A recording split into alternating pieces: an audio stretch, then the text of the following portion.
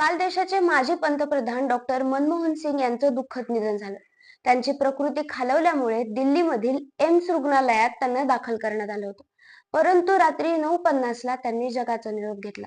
त्यामुळे संपूर्ण देशावरती दुःखाचं सावट आहे. देशाचा आर्थिक स्तंभ कोसळला असं चहूबाजूंनी बोलले जाते. पण त्याचा डॉक्टर मनमोहन सिंग यांच्याशी काय संबंध?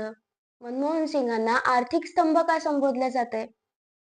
हेच जाणून घेण्याचा प्रयत्न आपण या व्हिडिओच्या माध्यमातून करणार आहोत. नमस्कार, मी धनुष्य देशमुख आणि तुम्ही पाहत आहात अपडेट मराठवाडा.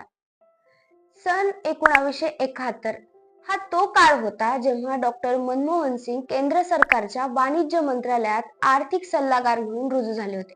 1972 मध्ये त्यांची अर्थ मंत्रालयात मुख्य आर्थिक सल्लागार म्हणून नियुक्ती करण्यात आली. अर्थशास्त्राची उत्तम जाण असल्यामुळे मनमोहन सिंग यांनी अर्थ मंत्रालयाचे सचिव, नियोजन आयोगाचे उपाध्यक्ष, भारतीय रिझर्व्ह बँकेचे गव्हर्नर, पंतप्रधानांचे सल्लागार, विद्यापीठ अनुदान आयोगाचे अध्यक्ष अशा विविध पदांवरती काम केलं. अर्थशास्त्राची उत्तम जाण आणि पाठीशी असलेला अनुभव यामुळे डॉक्टर मनमोहन सिंग हे 1991 ते 1996 या काळात देशाचे अर्थमंत्री होते. हा तोच काळ होता जेव्हा भारताला आर्थिक दृष्ट्या सांभाळणारं एक हरहुन्नरी व्यक्तिमत्व हवं होतं. कारण चंद्रशेखर यांचं सरकार कोसळल्यानंतर देशात निवडणुकीच्या प्रचाराचा झंझावात सुरू झाला होता. त्यामध्येच 21 मे 1991 रोजी राजीव गांधी यांची तामिळनाडूमध्ये हत्या करण्यात आली. त्यामुळे केवळ काँग्रेस पक्षच नाही तर एकूणच मध्यवर्ती राजकीय केंद्रामध्ये गोंधळाचं आणि अनिश्चिततेचं वातावरण तयार झालं. भारतीय अर्थव्यवस्थेची गाडी रुळावरून पूर्णपणे घसरली आहे हे तोपर्यंत सर्व देशाला समजलं होतं. इराकनं कुवेतवर केलेल्या चढाईमुळे आखाती युद्धाला सुरुवात झाली होती. त्यामुळे तेलाचे भाव गगनाला भिडले होते. यामुळे NRI मंडळींनी भारतातील गुंतवणुकीतून आपला हात काढून घेतला. त्यामुळे भारतातील डॉलर्सची गंगाजळी लक्षणीयरित्या आटली. या लोकांनी भारतीय बँकांमध्ये ऑक्टोबर 1990 पासून डॉलर्स काढून घ्यायला सुरुवात केली. केवळ 3 महिन्यातच त्यांनी 20 कोटी डॉलर माघारी नेले. 1991च्या एप्रिल ते जून या महिन्यात 95 कोटी डॉलर्स काढून घेण्यात आलं. भारताने अल्प मुदतीत अधिक कर्ज घेतल्यामुळे त्याचा अर्थव्यवस्थेवरती ताण आला होता. या सर्व पार्श्वभूमीवर नरसिंह राव देशाचे पंतप्रधान झाले होते. या परिस्थितीत येणाऱ्या पंतप्रधानांनी आणि विशेषतः अर्थ मंत्रालयानं कोणती पावलं तातडीने उचलायला हवीत याची कल्पना देणारी एक नोट होती. ती नोट वाचताच नरसिंह राव यांनी नरेश यांना विचारलं की खरंच देशाची आर्थिक स्थिती खराब आहे का? तेव्हा चंद्रा यांनी त्यांना सांगितलं की नाही, याही पेक्षा खराब आहे. त्यानंतर चंद्रा यांनी चंद्रशेखर सरकारनं केलेल्या प्रयत्नांची माहिती दिली आणि कोणत्याही स्थितीत देशावर दिवाळखोरीची स्थिती येणार नाही यासाठी आपण प्रयत्न करण्याची गरज असल्याचं नरसिंहराव यांनी सांगितलं. आता देशाची आर्थिक स्थिती सांभाळू शकेल असं व्यक्तिमत्व हवं होतं. त्यामुळे नरसिंहराव यांच्या समोर 2 नावं होती.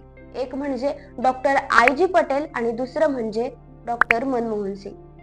नरसिंहराव यांनी डॉक्टर मनमोहन सिंग यांच्या नावावरती शिक्कामोर्तब केला. देशाची विस्कटलेली घडी सुरळीत बसवण्याची जबाबदारी आता मनमोहन सिंग यांच्या खांद्यावरती आली होती.